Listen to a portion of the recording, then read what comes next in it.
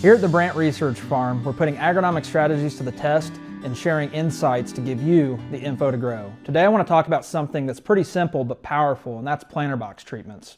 These are easy, economical ways to give your seed and your season a better start. When we think about optimizing germination and early season plant health, planter box products are one of the most overlooked tools. They do more than just help seed fluency. They can deliver nutrition and biological activity right at the point of germination. And for growers who don't run liquid starter fertilizers, this becomes an opportunity to deliver micronutrients early season when they can make the biggest impact. This is a sector that's garnered a lot of attention recently in the market space, but BRANDT and Talc USA have been developing, testing, and deploying these technologies for over 15 years. And what we've learned is this isn't a one-size-fits-all strategy. When we look at some of the products out there today that have maybe 10, 11, 12 different technologies crammed into that pail, that really tends to bring down your ROI because you may not need every one of those components to make a difference in your field. We've really investigated this and learned what is most consistently driving responses in both corn and soybean.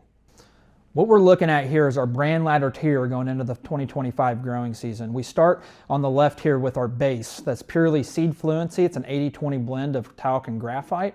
And then we start to add in the micronutrition. The BRANDT Seed Flow line is a new line this year. We have a product called Seed Flow Nutra that's geared more towards soybean, containing molybdenum, manganese, iron, and boron. We also have a product called Seed Flow Micro, which has a little bit higher rate of zinc added to that, designed specifically for corn.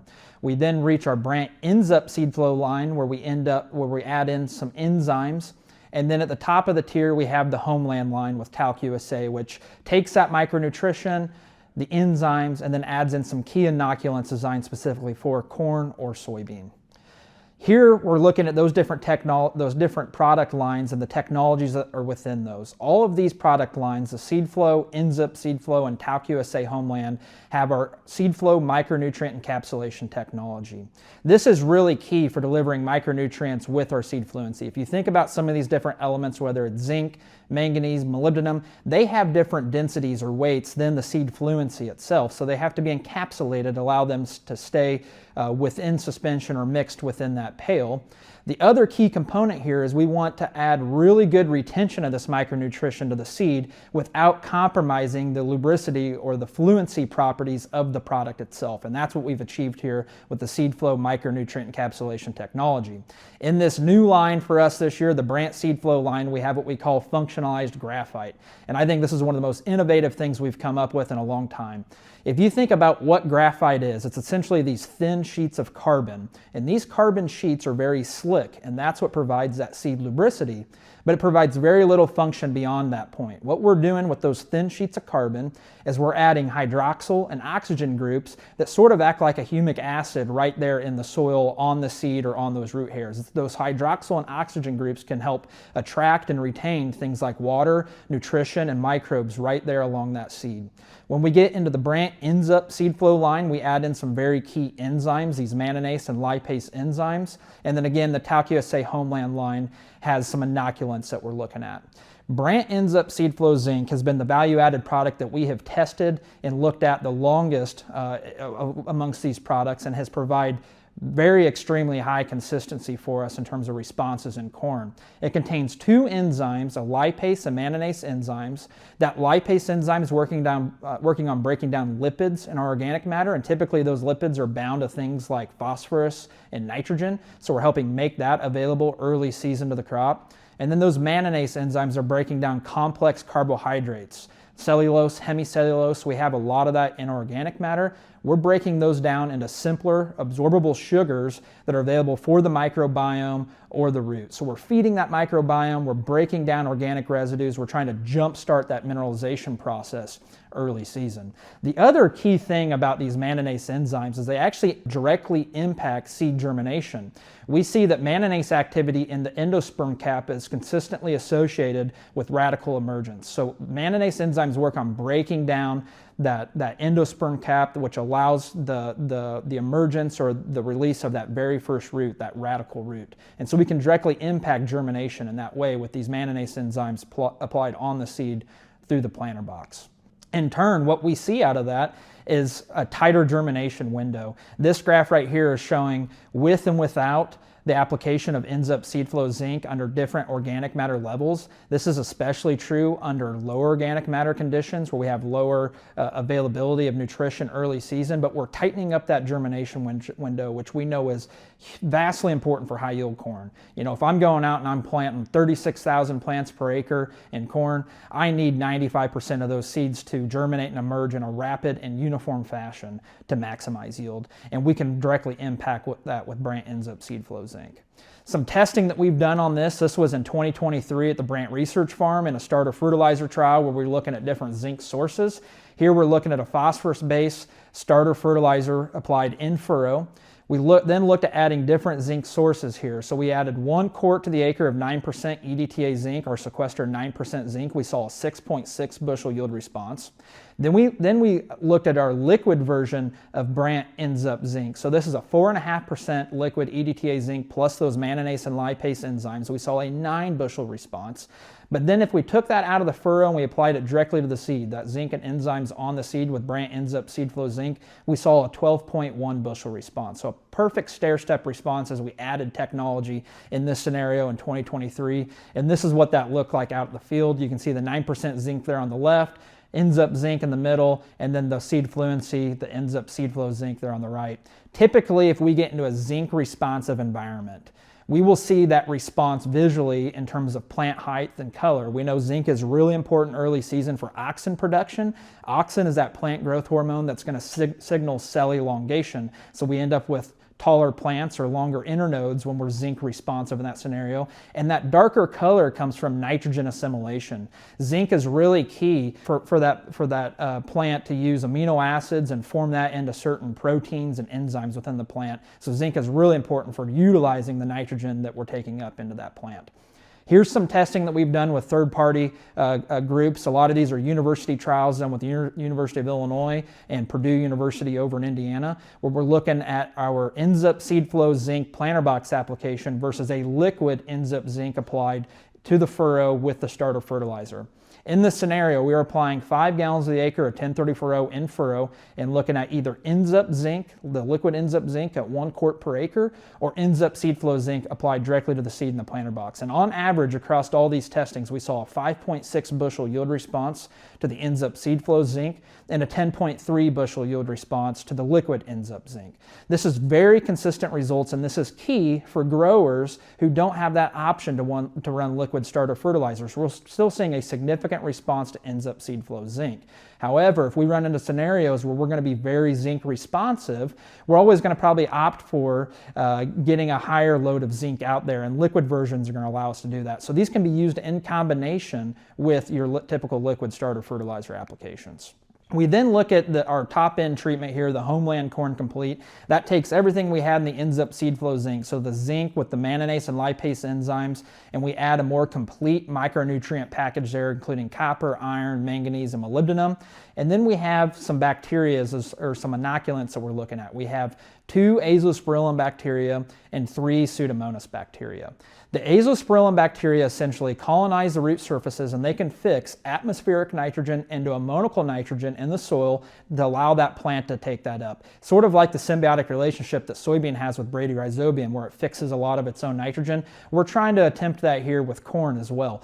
Pseudomonas bacteria, they essentially secrete organic acids, so they're dropping the pH in that zone of application, which is making nutrients like P2O5, zinc, manganese, iron, which are insoluble under higher pHs, more available for plant uptake, and combining all that with those enzymes. And this is a product that we did a lot of testing on last year. At the research farm, this is a planter box comparison trial that we did where we looked at responses to Enzyme seed flow zinc, Microsurge would be just the azospirillum bacteria by itself. Encompass would be the azospirillum plus Pseudomonas bacteria by itself. Homeland Corn and Homeland Corn Complete. What we've seen across a lot of this testing, things like zinc, these enzymes, those are giving us our most consistent responses. When it comes to some of these things that are working on fixing nitrogen or making phosphorus more available, those become more situational. We see a little bit more variability in terms of where we see responses to those. There are certain environments where we hit a home run with that, and there are certain environments where it doesn't make a lot of sense. Maybe we have a lot of organic nutrition being mineralized already in our soils. One location at the research farm where we saw a massive response to Homeland Corn Complete was in our nitrogen titration trial. This is a very unique spot on the research farm. This has been long-term continuous corn for over 15 years.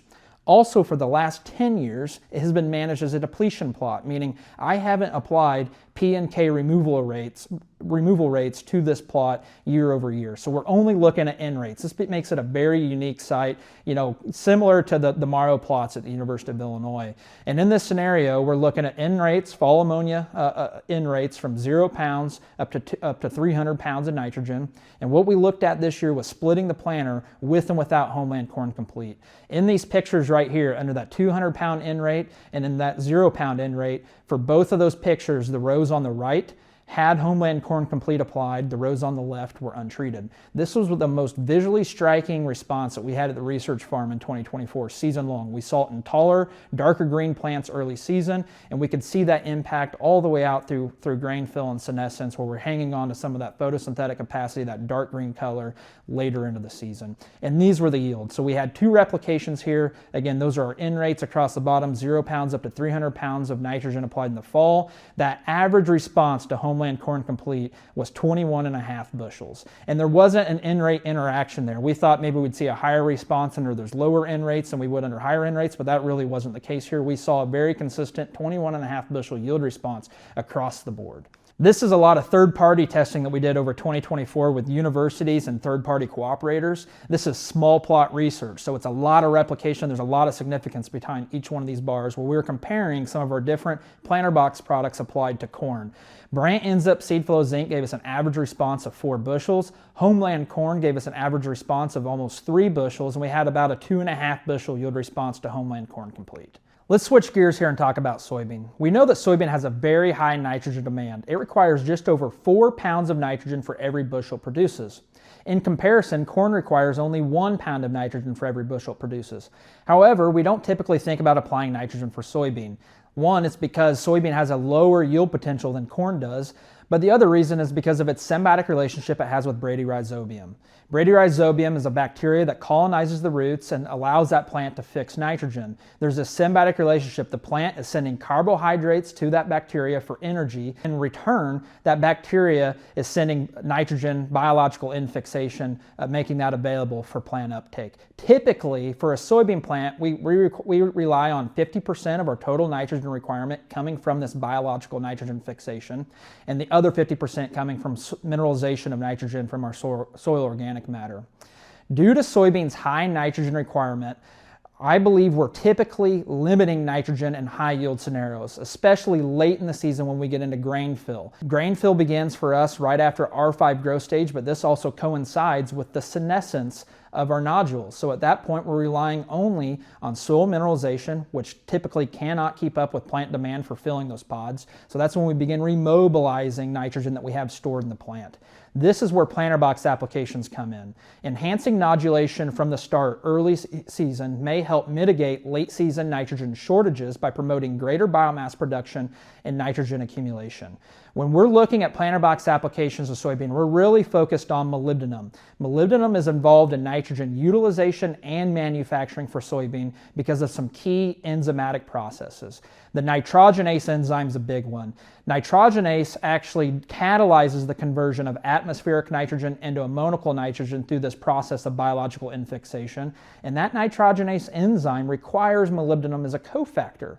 Another key enzyme is the nitrate reductase enzyme. We can bring nitrate in through our roots, but that has to be reduced down into nitrite, then eventually ammonium, then amino acids, and so on before we can build proteins and enzymes that actually carry out some of the functions in the plant. But that very first step in nitrogen reduction from nitrate into nitrite is carried out by the nitrate reductase enzyme, which also requires molybdenum as a cofactor. So if we're molybdenum responsive or deficient, that will typically present itself in soybean as a nitrogen deficiency because we can't fix nitrogen and we cannot utilize that nitrogen we're pulling in through the roots.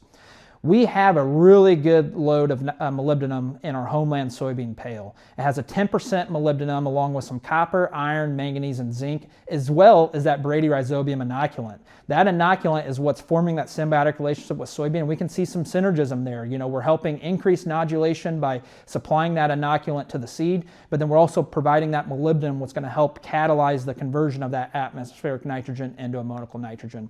Here's some testing that we've done with Homeland soybean in 2024. This graph is from data pulled from the BRANDT Research Farm in Pleasant Plains, Illinois. Microsurge would be just the BRANDT Rhizobium inoculant by itself, which we saw no response to. We're not typically inoculating our soybeans here in central Illinois. We have an abundance of that population in our soils already. However, there are regions where soybeans produce, so that is a requirement to inoculate your soybeans. The moly trioxide by itself would be the same load of moly that we have in Homeland soybean, where we saw a 3 bushel yield response, and we saw that exact same response by combining the inoculant with the molybdenum in Homeland soybean, giving us a 6 bushel yield response. For comparison, we looked at Enzyme seed flow zinc here as well, which has given us our most consistent responses over the last 3 or 4 years in corn. We see very good responses to that in soybean as well. This is some third-party testing that we've done with different universities and third-party cooperators. Again, small plot research, a lot of replication here. Homeland soybean increased yield by 1.4 bushels. On average, the inoculant gave us about 1 bushel by itself, and the molybdenum by itself gave us about 1.2 bushels. In summary, if you're looking for an economical way to improve early crop performance without adding complexity, planter box treatments are worth a look. Regardless of your early season nutritional program, the BRANDT seed flow and Homeland lines offer flexibility, proven performance, and ease of use. Talk with your local BRANDT rep or stop by the research farm this summer. We'd love to show you what we're seeing in the field.